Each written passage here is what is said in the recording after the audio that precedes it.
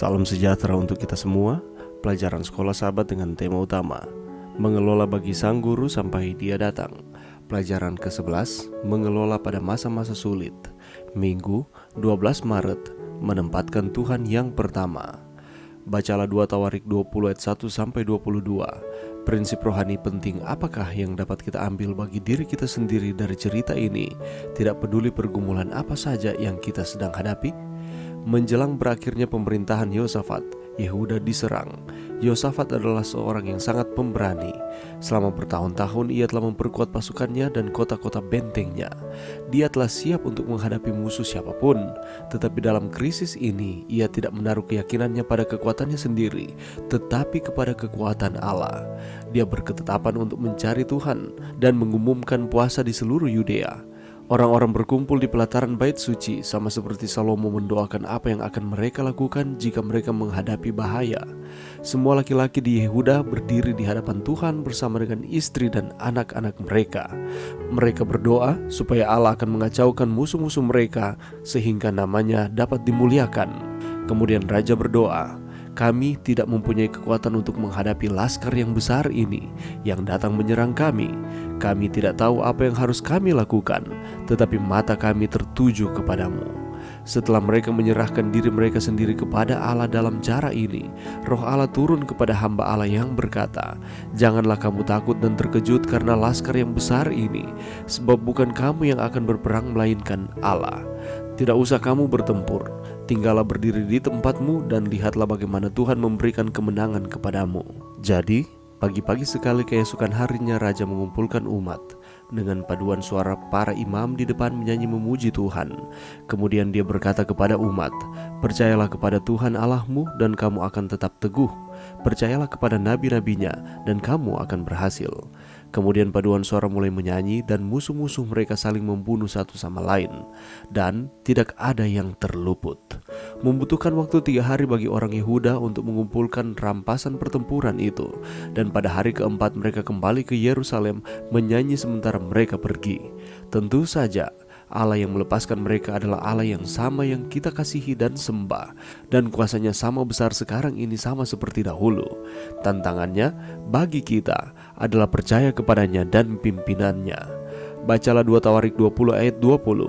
Apakah arti khusus yang dimiliki ayat ini bagi anggota Gereja Advent? Pelajaran yang bisa kita dapatkan pada saat ini, kalau kita melihat di dalam 2 Tawarik pasal 20 ayat 3 bagian A, ketika bangsa Yehuda mendapatkan serangan secara mendadak, maka Yosafat menjadi takut. Reaksi alamiah seseorang ketika dihadapkan pada masalah yang sangat berat adalah takut. Tindakan Yosafat dalam menghadapi serangan musuh dapat kita jadikan sebagai contoh, karena dalam ketakutannya yang sangat ia tidak dengan serta-merta mencari pertolongan kepada manusia. Dia tidak mengandalkan akan pemikirannya sendiri. Walaupun sebenarnya Yosafat ini adalah seorang pemberani. Selama bertahun-tahun ia telah memperkuat pasukannya dan kota-kota bentengnya. Dia telah siap untuk menghadapi musuh siapapun sebenarnya. Tetapi di dalam krisis ini, dia tidak menaruh keyakinannya pada kekuatannya sendiri. Dia tidak mencari bantuan dari orang lain, tetapi apa yang dilakukan? Dia meminta kekuatan Allah.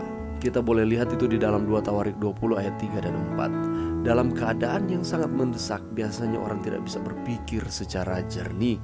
Dan seringkali apabila kita sudah terdesak, maka pemikiran kita seringkali bagaimana caranya supaya kita dapat keluar dari tekanan tersebut secepatnya.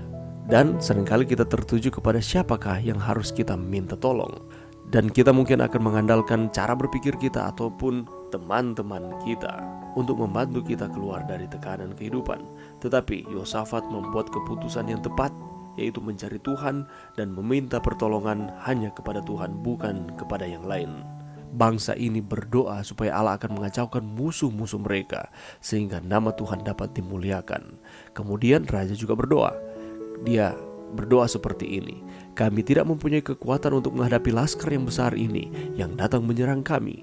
Kami tidak tahu apa yang harus kami lakukan, tetapi mata kami tertuju kepadamu." 2 Tawarik 20 ayat 12. Lalu apa jawaban Tuhan?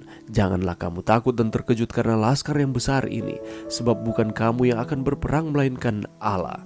Tidak usah kamu bertempur, tinggallah berdiri di tempatmu dan lihatlah bagaimana Tuhan memberikan kemenangan kepadamu." Kita melihat Bagaimana respons Allah ketika umat-umatnya berserah sepenuhnya kepadanya.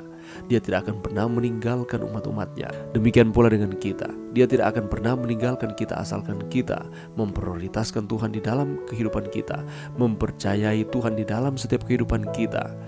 Karena firman Tuhan di dalam 2 Tawarik 20 ayat 20 katakan, percayalah kepada Tuhan Allahmu dan kamu akan tetap teguh.